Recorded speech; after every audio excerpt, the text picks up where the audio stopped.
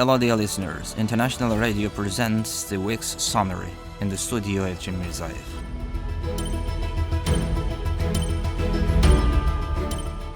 First, here are the main headlines of the week. President Ilham Aliyev congratulated Azerbaijani women on March 8th, International Women's Day. The head of state Ilham Aliyev made a business trip to the Republic of Turkey. The spokesperson of the Minister of Foreign Affairs Hakan Hacizadeh commented on the article by the Prime Minister of Armenia. Now, let's go into more detail. March 8th, International Women's Day is celebrated in Azerbaijan. The fact that Azerbaijani women gained the right to vote and be elected earlier than many women around the world, as well as their achievements in science, culture, and other fields, reflects the cultural and intellectual potential of Azerbaijani women.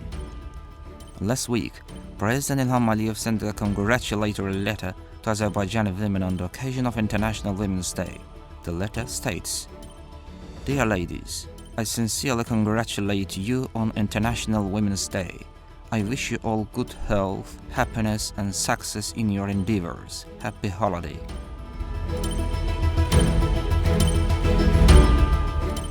This past week, President Ilham Aliyev paid a business visit to Ankara at the invitation of the President of the Republic of Turkey, Recep Tayyip Erdogan. During the visit, President Ilham Aliyev held a one-on-one meeting with President Recep Tayyip Erdogan. Later, with the participation of both presidents, a video conference format inauguration ceremony of the Igdor-Nakhchivan gas pipeline was held in Ankara. At the opening ceremony, the leaders of Azerbaijan and Turkey delivered speeches. Afterward, President Ilham Aliyev and his Turkish counterpart Recep Tayyip Erdogan attended an iftar dinner.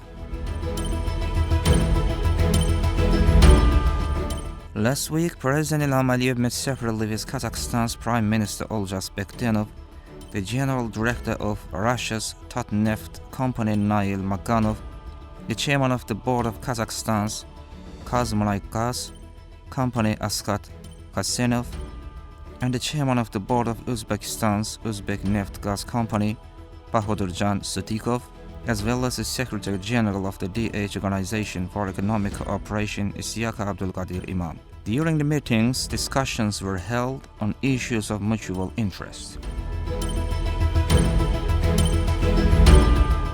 Ambassador of Lithuania to Azerbaijan and Turkmenistan, Kęstutis Vaskelevicius, met with the assistant to the President of Azerbaijan, the head of the Foreign Policy Affairs Department of the Presidential Administration, Hikmet Hacıyev.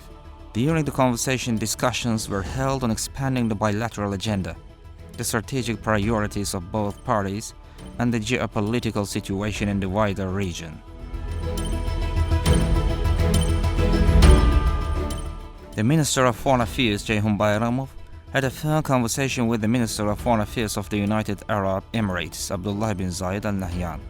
During the conversation, they discussed ongoing work within the framework of the strategic partnership between the two countries, as well as prospects for cooperation both bilaterally and multilaterally. For nearly 30 years, Armenia illegally occupied Azerbaijan's internationally recognized sovereign territories and blockaded Azerbaijan's Nakhchivan Autonomous Republic. Even in the 4 years since the 44-day Patriotic War, Armenia has not made a positive contribution to real negotiations on opening communication routes. Even in the 4 years since the 44-day Patriotic War, Armenia hasn't made a positive contribution to real negotiations on opening communication routes.